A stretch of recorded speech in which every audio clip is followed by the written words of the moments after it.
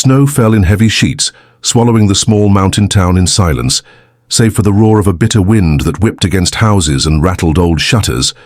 On the edge of the town, tucked halfway up a narrow road that twisted through pines, stood a small weathered farmhouse. The paint was peeling, the windows were drafty, and the roof creaked under the weight of years. But inside lived a woman whose heart was stronger than any storm outside. Her name was Margaret.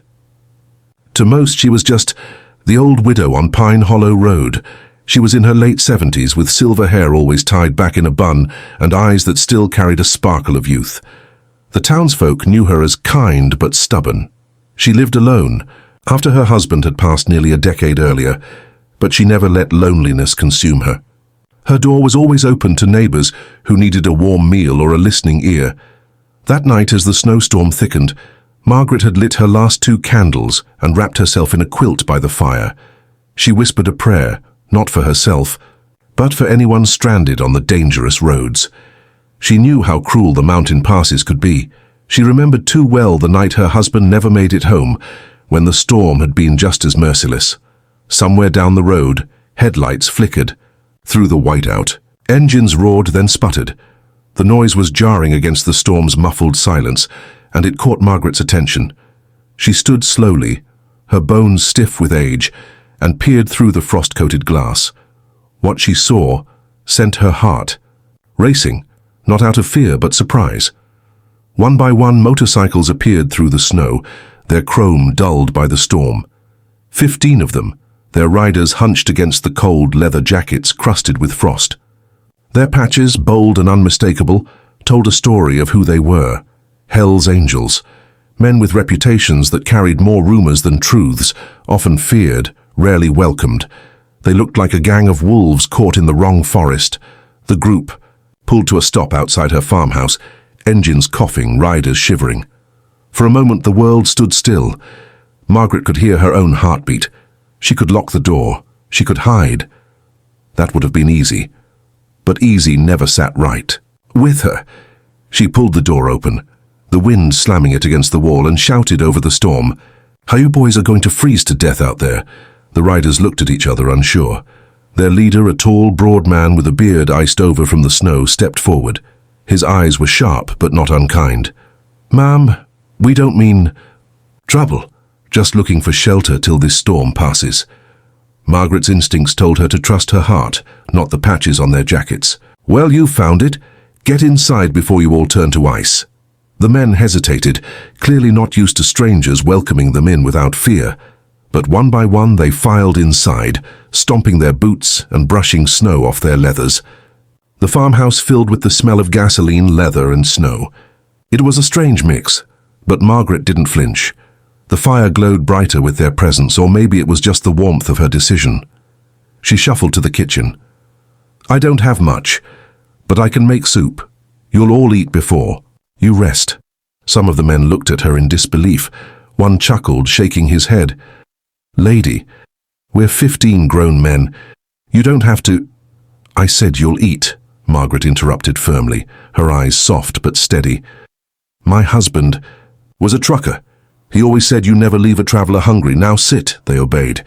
Not out of force, but out of respect. Something about this fragile-looking old woman demanded it. While she cooked, the bikers spread out in the small living room. They were rough men, tattooed and scarred, but they lowered their voices as if they were in church. The clinking of spoons against the pot filled the air. Soon the farmhouse smelled of simmering broth and herbs. When the soup was served, the men devoured it like wolves who hadn't eaten in days. But in between bites they thanked her, each one looking more humbled than the last. Margaret sat among them, listening to their stories.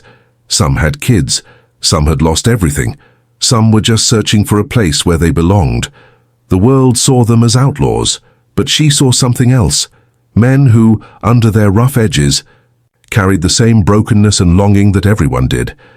As the night deepened, the storm showed no mercy. Wind howled, windows rattled, and the farmhouse groaned under the snow. The bikers laid their jackets on the floor for makeshift bedding. Margaret offered them her husband's old blankets, worn but warm. One man tried to refuse, but she pushed it into his hands. "Don't be foolish, you're someone's son, sleep warm." For the first time in years, the farmhouse was alive with laughter, snores, and the quiet breathing of people who felt safe. Margaret sat by the fire until her eyelids grew heavy. She looked at them, sprawled across her living room like a pile of sleeping giants, and smiled. In that moment, she didn't see bikers or Hell's Angels. She saw family. Morning came slowly, the storm's wrath replaced by the fragile peace of dawn. The snow outside was thick, burying the road in silence. Margaret opened her door to find the world sparkling, untouched, like a painting. She expected the bikers to leave quietly, maybe with a thank you and a handshake. She didn't expect what happened next. Their leader, the tall man with the beard, stood in the doorway.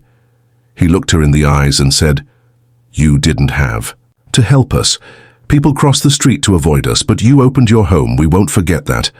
Margaret smiled, her eyes misty. When the world turns its back, kindness is the only thing left worth giving. The men mounted their bikes and roared away, their engines fading into the mountains. Margaret watched them until they disappeared, her heart full, but expecting life to return to its quiet rhythm. But the story wasn't over. The very next day, as Margaret was tending to her chickens in the yard, she heard it, a low rumble, faint at first, then building like thunder. She froze, turning toward the road. What she saw made her gasp. Bikes, dozens of them, hundreds. The sound shook the ground as 100 motorcycles rolled up Pine Hollow Road, engines growling in unison. Chrome gleamed under the winter sun, and leather jackets lined the horizon. They came in rows, stretching farther than her eyes could see, and every single one stopped in front of her farmhouse. Margaret's knees wobbled. She clutched the fence, overwhelmed. The leader from the night before stepped forward again. But this time he wasn't alone.